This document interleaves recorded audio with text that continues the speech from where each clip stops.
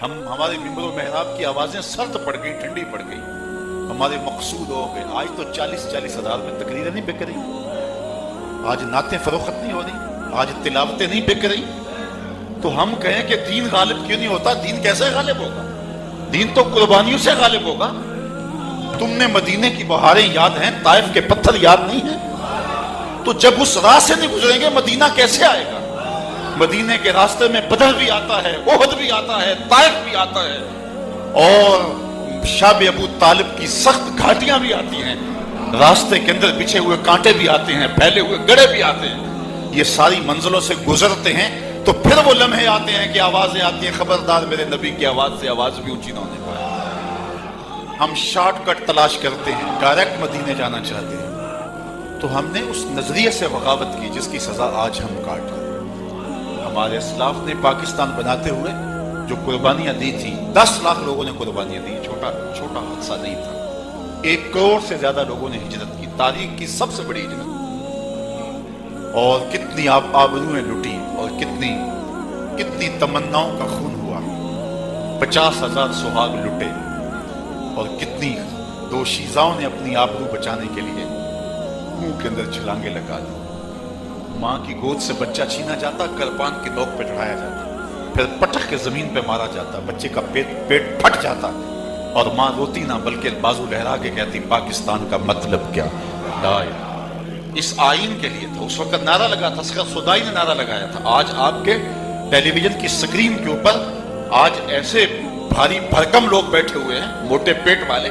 رسول اللہ نے ارشاد فرمایا قرب قیامت میں، سنن نسائی کی روایت ہے، فرمایا قرب قیامت میں موٹے پیٹ والا شخص ایک اونچے پلنگ پہ بیٹھ کے کہے گا نہیں جی حلال وہی ہے جو اللہ نے حلال کیا، جو حرام وہی ہے جو اللہ نے حرام کیا۔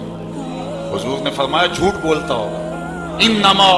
حضور نے فرمایا انما اوتیت القرآن ومثلہ معہ، جس طرح مجھے قرآن ہی دیا گیا، قرآن جتنے اور علوم بھی میرے سینے میں رکھے گئے، جس کو میں حلال قرار دے دوں وہ ایسی ہے جس طرح رب نے حلال قرار دیا، اور جس کو میں حرام قرار دے دوں وہ ایسے ہے جس طرح رب نے حرام کیا۔ تو آج وہاں بیٹھ کر کے میں آج پاکستان کے اندر جو حالات ہیں، پاکستان کے نظریے سے غداری کی جا رہی ہے۔ یہ کہا جا رہا ہے کہ پاکستان کا مطلب کیا؟ لا الہ الا اللہ۔ ایک خاتون وہاں بول رہی ہے اور کہتے ہیں یہ نعرہ بعد میں ایجاد کیا گیا، حالانکہ کتنے لوگ ہیں آج بھی موجود ہے جن کے کانوں نے یہ نعرہ سنا ہوا ہے۔ اصغر صدائی مرحوم سے میں ملا ہوں جس نے سب سے پہلے یہ نعرہ لگایا۔ وہ اسکول میں پڑھتا تھا، ایک ہندو طالب علم نے کہا تم پاکستان کی رٹ لگائی ہے، پاکستان کا مطلب کیا؟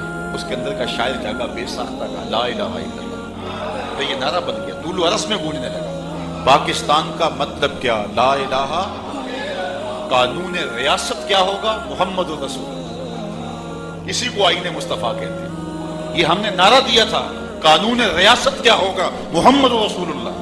حضور علیہ السلام کا نظام اس قانون کی ریاست ہوگا، اس ریاست کا قانون ہوگا، ضابطہ ہوگا اور آئین ہوگا۔ تو ہم نے کیا اس نعرے کو چھوڑ دیا ہے یا صرف رسم کی حد تک رکھا ہوا؟ تو جب ہم اس نعرے کو لے کر اٹھیں گے تو پاکستان کی گلیوں میں اور پاکستان کے کوچوں و بازار میں نظام رسول کی بہاریں آئیں۔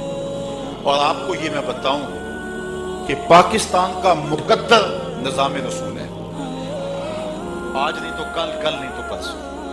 اگر ہم نہیں کرتے، ہماری قسمت میں نہیں ہے، تو بعد میں آنے والے کریں گے۔ لیکن ہم اس صف میں نام تو اپنا لکھوائیں۔ جو بدر میں شہید ہوئے تھے انہوں نے فتح مکہ دیکھا تھا، لیکن ان کی بنیادیں، ان کا خون فتح مکہ کی بنیادوں میں پڑا ہے۔ تو شاید ہم وہ لمحے نہ دیکھ سکیں، لیکن ہم بدر کے شہیدوں کی طرح جو ہے اس بنیادوں میں اپنا خون تو ڈالیں، ہم آئین مصطفیٰ کا جھنڈا تو کھڑا رکھیں، اس کو تو نہ جھکنے دیں۔ اور وہ وقت آنا ہے کہ پاکستان سے نظام مصطفیٰ کے سویرے طلوع ہوں گے، اور پوری دنیا کے اوپر یہ پاکستان صرف 18 کروڑ عوام کا مسئلہ نہیں ہے، یہ پاکستان 1 ارب 40 کروڑ مسلمانوں کا مسئلہ ہے۔ یہ صرف ہماری امیدوں کا مرکز نہیں، پورے عالم اسلام کی امیدوں کا مرکز۔ جب ایٹم بم بنا تھا پوری دنیا میں چراغاں کیا گیا تھا، اس کو اسلامی بم کہا گیا تھا۔ فلسطین کے بچوں نے اسرائیلی فوجیوں سے مخاطب ہو کے کہا تھا اب ہمیں چھیڑ کے دیکھنا، یہ اس وقت کہا تھا انہوں نے، لیکن افسوس آج ان کو کاٹا جا رہا ہے اور ہم پھنسے ہوئے ہیں، ہم اپنے بھائیوں کی مدد نہیں کر سکتے۔ 2000 سے زیادہ لاشیں پڑی ہوئی۔ آج ہم